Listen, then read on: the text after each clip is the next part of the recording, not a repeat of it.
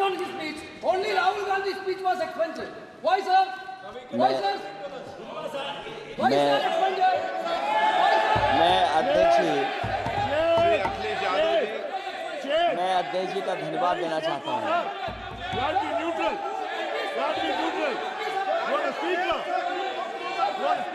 अध्यक्ष महोदय,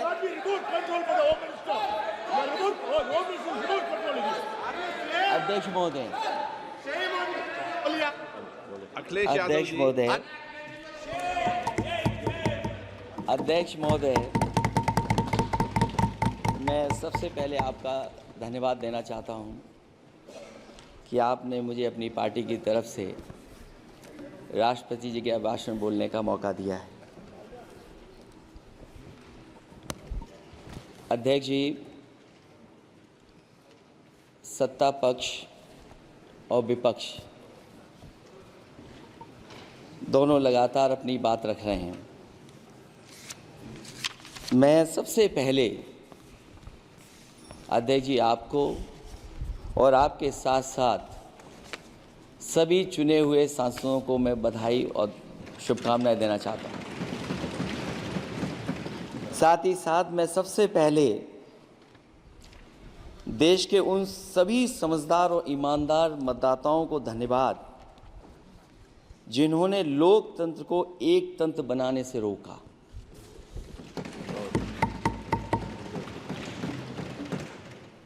चुनाव के समय पर अध्यक्ष जी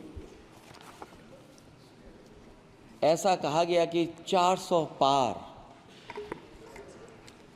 मैं समझदार जनता को फिर एक बार धन्यवाद दूंगा और मैं कुछ कहना चाहता हूं कि आवाम ने तोड़ दिया हुकूमत का गुरूर, दरबार तो लगा है पड़ा गमगीन में बेनूर है पर। अध्यक्ष महोदय, दरबार तो लगा है पर बड़ा गमगीन बेनूर है और पहली बार ऐसा लग रहा है हारी हुई सरकार विराजमान है। जनता कह रही है चलने वाली नहीं सरकार। अध्यक्ष महोदय, जनता कह रही है चलने वाली नहीं, ये गिरने वाली सरकार है। और क्योंकि ऊपर से जुड़ा कोई तार नहीं, नीचे कोई आधार नहीं, अधर में जो है अटकी हुई वो तो कोई सरकार नहीं। दरअसल पूरा इंडिया समझ गया है कि इंडिया ही प्रो इंडिया है। इस चुनाव में इंडिया अलायंस की नैतिक जीत हुई है। ये पीडीए इंडिया की सकारात्मक राजनीति, पॉलिटिक्स जो पॉजिटिव है, पॉजिटिव पॉलिटिक्स की जीत हुई है। ये इंडिया पीडीए की सोशल जस्टिस मुहिम की विक्ट्री है। 2024 का परिणाम हम इंडिया वालों के लिए जिम्मेदारी से भरा पैगाम भी है। और अगर हम यूं कहें अध्यक्ष महोदय कि 15 अगस्त 1947 अगर उपनिवेशिक राजनीति से आज़ादी का दिन था तो 4 जून 2024 देश के लिए सांप्रदायिक राजनीति से आज़ादी का दिन रहा। ये सांप्रदायिक राजनीति के अंत और सामुदायिक राजनीति की शुरुआत है। जहां सांप्रदायिक राजनीति का अंत हुआ है वहीं सामुदायिक राजनीति की शुरुआत हुई है। सबसे अच्छी बात हुई ये है कि इस चुनाव में सांप्रदायिक राजनीति की हमेशा के लिए हार हो गई है। अध्यक्ष महोदय, कहने को सरकार ये कहती है कि ये 5th लार्जेस्ट इकोनॉमी बन गई है और जीडीपी के मामले में 5th वर्ल्ड की इकोनॉमी बन गई है। लेकिन अध्यक्ष मोदी, ये सरकार क्यों छिपाती है कि अगर ये हमारी सबसे लार्जेस्ट इकोनॉमी, अगर हम 5वें नंबर पर हैं, तो हमारे देश की पर कैपिटा इनकम, प्रति व्यक्ति आय हमारे किस स्थान पर पहुंची है। और हम लोगों ने तो अध्यक्ष महोदय देखा है कि अगर दिल्ली की सरकार ने कहा होगा कि $5 ट्रिलियन की इकॉनमी बनेगी, तो जहाँ से प्रधानमंत्री जी चुन करके आते हैं, वहाँ का प्रदेश के सरकार भी कह रहे कि हम $1 ट्रिलियन इकॉनमी बना लेंगे।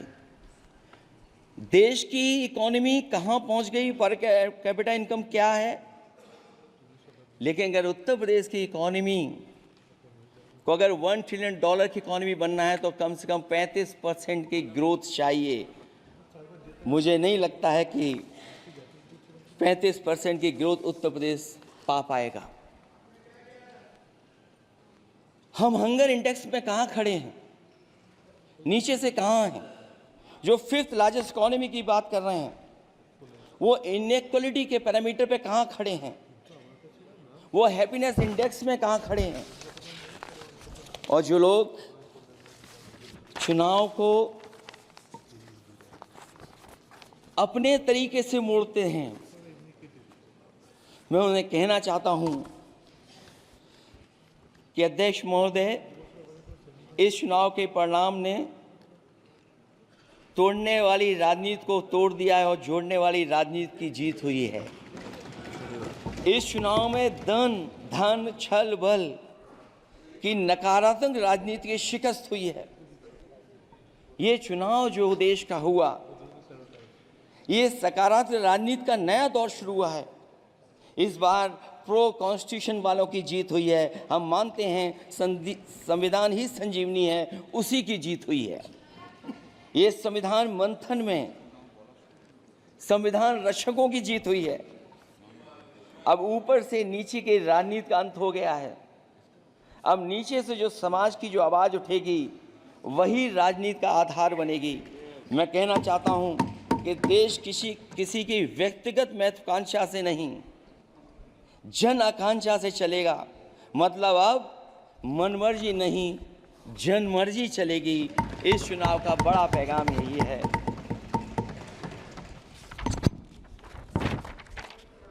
अध्यक्ष महोदय, बहुत सी बातें हुई हैं। अगर उत्तर प्रदेश की बात न हो, क्योंकि अध्यक्ष महोदय सबसे बड़ा प्रदेश जहाँ है, उसने हर बार दूसरे दल को समर्थन देकर के सरकार बनाई। मैं उन्हीं लोगों से कहना चाहता हूँ कि लोग क्यूटो की फोटो लेकर बनारस की गलियों से लेकर के गंगा जी तक ढूंढ रहे हैं। उनको लगता है जिस दिन माँ गंगा साफ हो जाएंगी, शायद उस दिन कहीं क्यूटो उसकी गोद में कहीं मिल जाएगा। बनारसी लोग चाहते हैं कि कोई गंगा जी के भी तल में उतरकर उसका दर्द भी जाने। उत्तर प्रदेश की जनता का बस यही आग्रह है कि जिस गंगा जल को हाथ में लेकर सच कहने की कसम खाई जाती है, कम से कम उस गंगा जल से तो झूठ ना बोला जाए।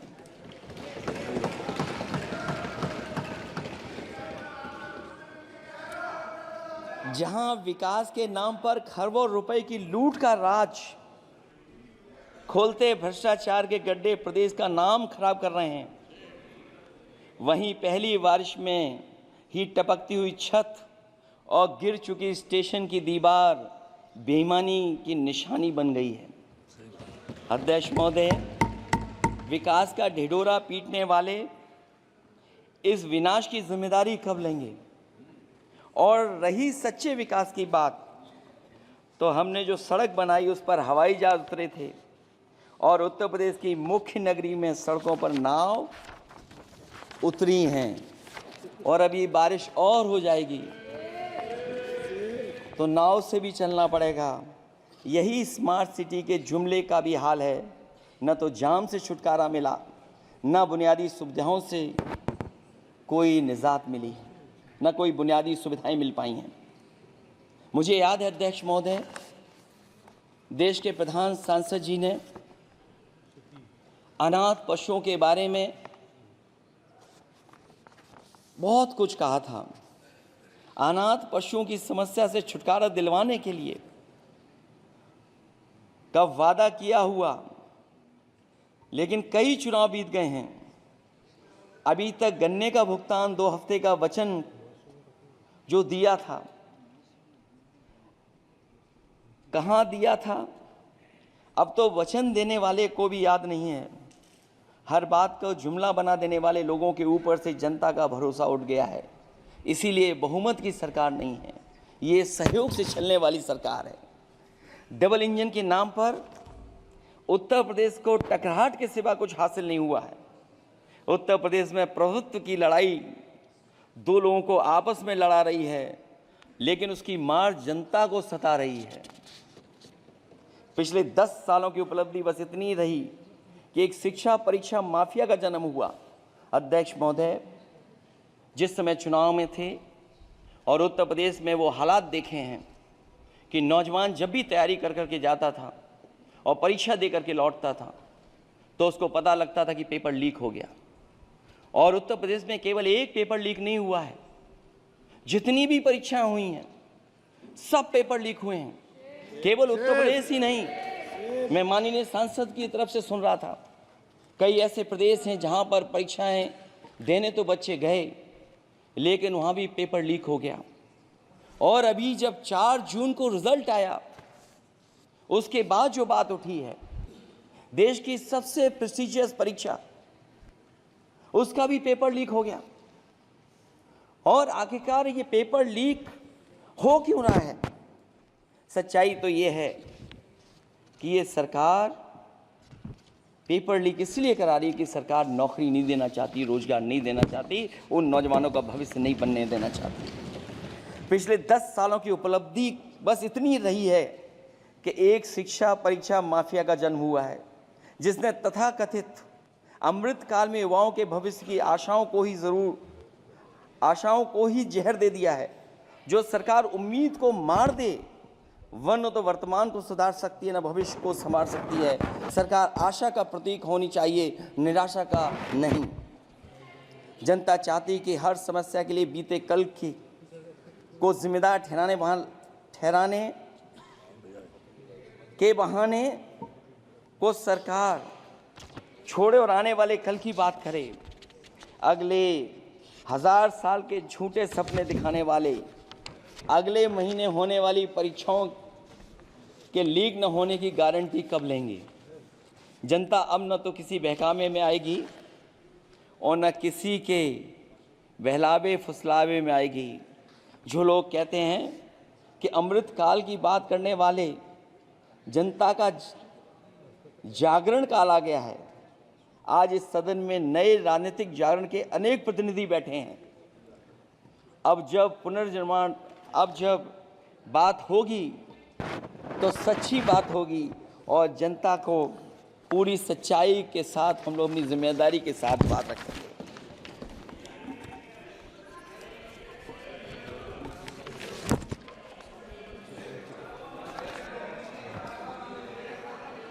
अध्यक्ष महोदय, एक जीत और हुई है, एक जीत और अध्यक्ष महोदय हुई है। मैं जानता हूं सत्ता पक्ष बैठे वाले लोग समझ गए होंगे। अयोध्या की जीत भारत के परिपक्व मतदाता की लोकतांत्रिक समझ की जीत है। और हम तो अध्यक्ष महोदय यही सुनते आए हैं, होए वही जो राम रची राखा, यह है उसका फैसला। अध्यक्ष महोदय, होई वही जो राम रची राखा, यह है उसका फैसला, जिसकी लाठी में नहीं होती आवाज। जो करते थे किसी को लाने का दावा, वो हैं खुद किसी के सहारे के लाचार।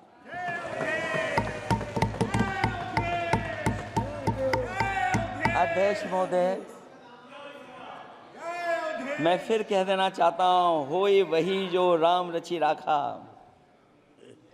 यह है उसका फैसला जिसकी लाठी में नहीं होती आवाज। जो करते थे किसी को लाने का दावा, वो हैं खुद किसी के सहारे के लाचार। हम अयोध्या से लाए हैं उनके प्रेम का पैगाम। हम अयोध्या से लाए हैं उनके प्रेम का पैगाम, जो सच्चे मन से करते हैं सबका कल्याण। सदियों में जन जन गाता है जिनके गान, अभय दान देती जिनकी मंद मंद मुस्कान, मानवता के लिए उठता जिनका तीर कमान। अध्यक्ष महोदय, जो असत्य पर सत्य की जीत का है नाम, उफनती नदी पर जो बांधे मर्यादा के बांध, वो है अवध के राजा पुरुषोत्तम प्रभु राम। हम अयोध्या से लाए हैं उनके प्रेम का पैगाम।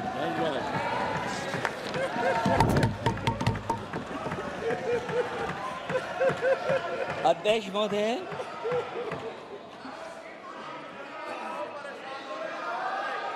अध्यक्ष महोदय, कुछ बातें हैं।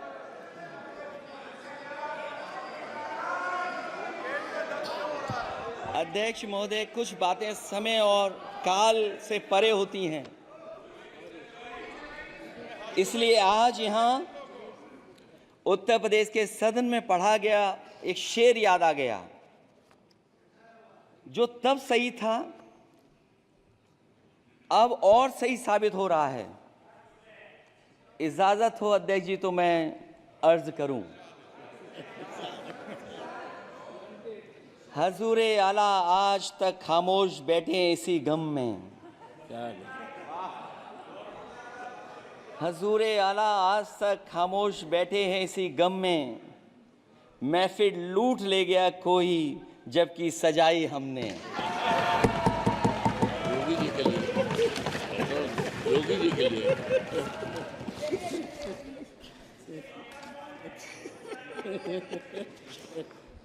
अध्यक्ष महोदय,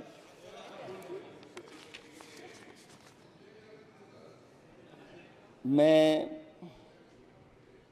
मॉडल ऑफ कंडक्ट जब चुनाव हुआ, लागू हुआ, उस समय मैंने देखा कि कुछ लोगों पर मेहरबान रही सरकार और कमीशन भी। कई मैं बहुत डिटेल में नहीं जाना चाहता हूं अध्यक्ष महोदय, लेकिन कहीं ना कहीं प्रश्न उस संस्था पे भी लगा है, और अगर उस संस्था पर प्रश्न लगा है तो लगाने वाली सरकार की वजह से लगा है। इसलिए अगर निष्पक्ष होगी वो संस्था तो न केवल हमारा लोकतंत्र स्वस्थ होगा, बल्कि हमारे लोकतंत्र और मजबूत दुनिया में दिखाई देगा। अध्यक्ष महोदय, ईवीएम पे मुझे कल भी भरोसा नहीं था, आज भी नहीं भरोसा। मैं 80 के 80 सीट जीत जाऊं तब भी नहीं भरोसा। और मैंने अपने चुनाव में कहा था अध्यक्ष महोदय कि ईवीएम से जीत करके ईवीएम हटाने का काम करेंगे। न ईवीएम का मुद्दा मरा है, न जाएगा खत्म। जब तक ईवीएम नहीं हटेगी हम समाजवादी लोग उस बात पर अड़ग रहेंगे। उत्तर प्रदेश अध्यक्ष महोदय वो प्रदेश है जिसने सरकार बीजेपी की बनवाई, एक बार नहीं 2 बार बनवाई, और उसी उत्तर प्रदेश के साथ कितना बड़ा भेदभाव, उत्तर प्रदेश के साथ बड़ा भेदभाव। मुझे याद है वो दिन जब प्रधानमंत्री जी एयरफोर्स के सबसे भारी वाहन हवाई जहाज से उतरे थे सड़क पर। वो अलग बात है कि उस प्रदेश के मुख्यमंत्री उनके साथ नहीं बैठ पाए थे, लेकिन वो एक्सप्रेस वे जो बना था और आज भी जो उत्तर प्रदेश में बन रहे हैं वो उत्तर प्रदेश के बजट से बन रहे हैं। लेकिन दिल्ली की तरफ से कोई एक्सप्रेस वे अभी नहीं दिया गया है। न केवल इंफ्रास्ट्रक्चर में भेदभाव हुआ है, बल्कि हमें याद है कि प्रधानमंत्री जी ने बड़े पैमाने पे गांव गोद लिए थे। और सोचिए, अगर देश के प्रधान सांसद अगर किसी गांव को गोद ले लें और उस गांव की तस्वीर न बदले, तो शायद मैं नहीं समझता हूं कि किसी गांव की तस्वीर 10 साल में बदली होगी। मुझे वो गांव जिसको उन्होंने गोद लिया,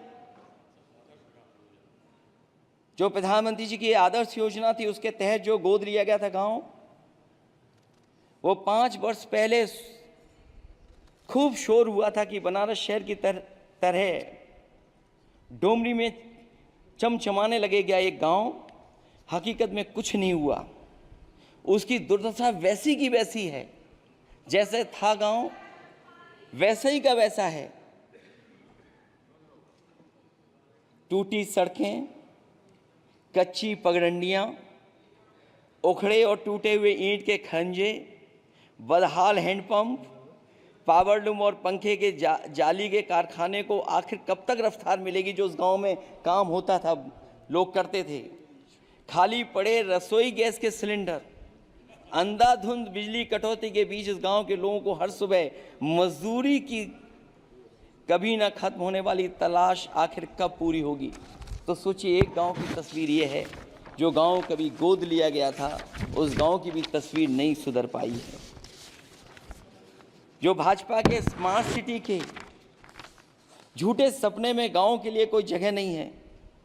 अपने गांव गोद लेने की जो बात कही थी, क्या वो भी जुमला था अध्यक्ष जी? पता नहीं जिस गांव को गोद लिया था उसका नाम भी किसी को याद है कि नहीं। मैं नाम पूछ करके किसी को शर्मिंदा नहीं करूंगा, क्योंकि अगर नाम याद है तो ये तो और भी बुरी बात है कि अपने नाम याद रखने के बावजूद भी कुछ नहीं किया। जिसे गोद लिया जाता है उसे अनाथ बनाकर छोड़ देना अच्छी बात नहीं है।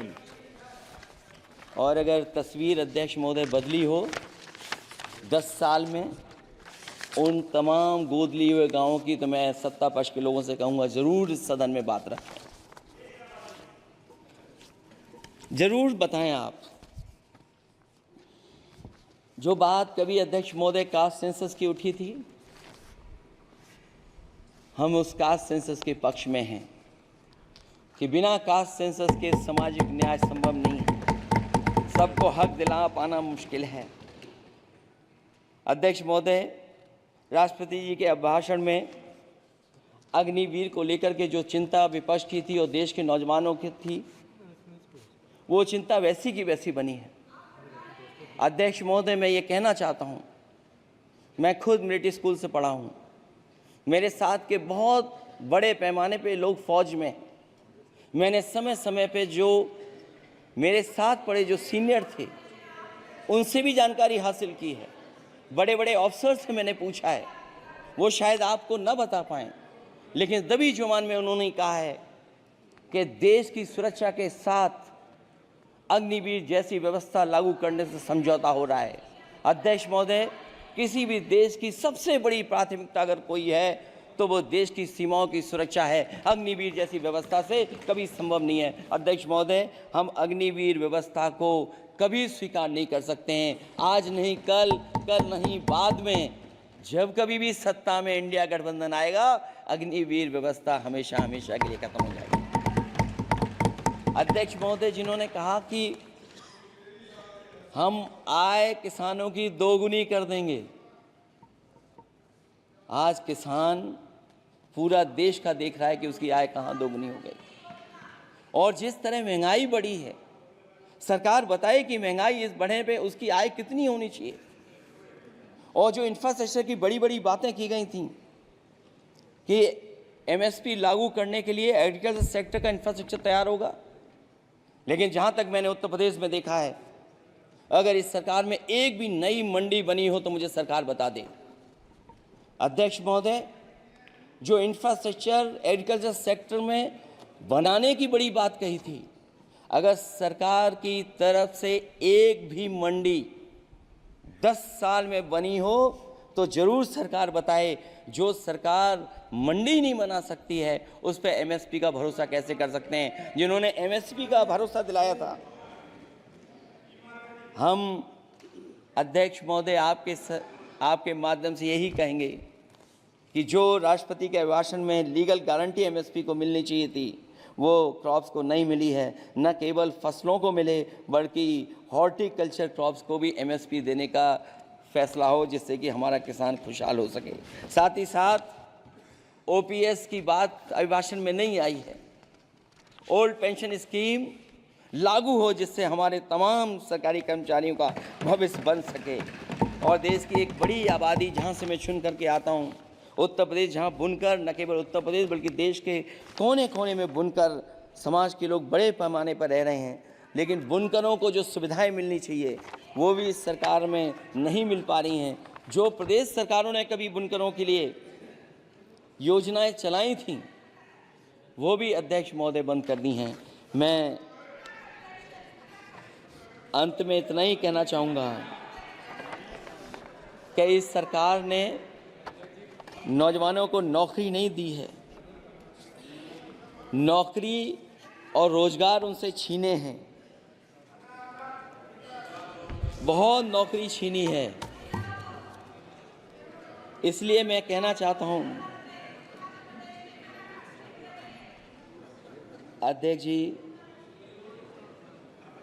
इसलिए मैं कहूँगा कि आपके राज में न नौकरी की उम्मीद है न रोजगार, क्योंकि आपने छोटे कारोबारी तक को इतना छोटा बना दिया है कि न तो वो अपना पेट भर सकता है न किसी को नौकरी पर रख सकता है। जो कुछ पद निकलते भी हैं तो उन पर लेटरल एंट्री के नाम से पिछले दरवाजे से कुछ खास संगी साथियों को रख लिया जाता है। आरक्षण का हक नॉट फाउंड सुटेबल के नाम पर हड़पा जा रहा है। और अध्यक्ष महोदय, आरक्षण के साथ इतनी खिलवाड़ किसी सरकार ने नहीं की होगी जितनी खिलवाड़ इस सरकार ने की है।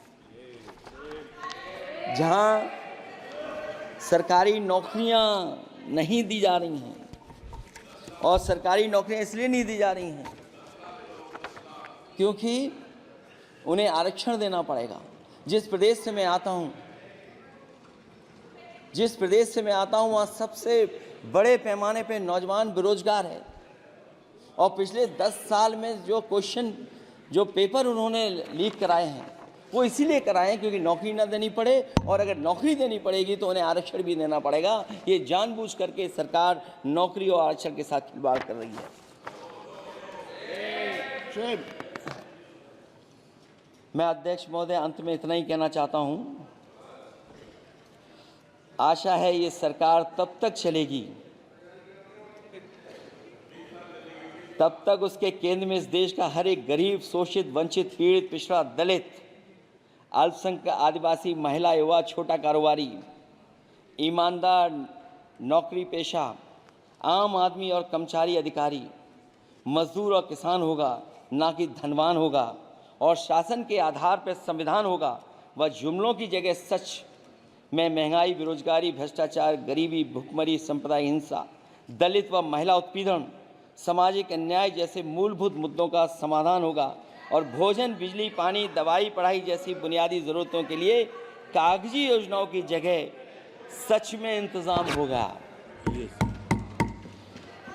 मैं एक बार फिर उत्तर प्रदेश की समझदार जनता द्वारा सबसे बड़ी पार्टी चुने जाने के साथ साथ इंडिया गठबंधन समाजवादी पार्टी और कांग्रेस को सबसे ज़्यादा सीटें जिताई, उसके लिए मैं उत्तर प्रदेश की जनता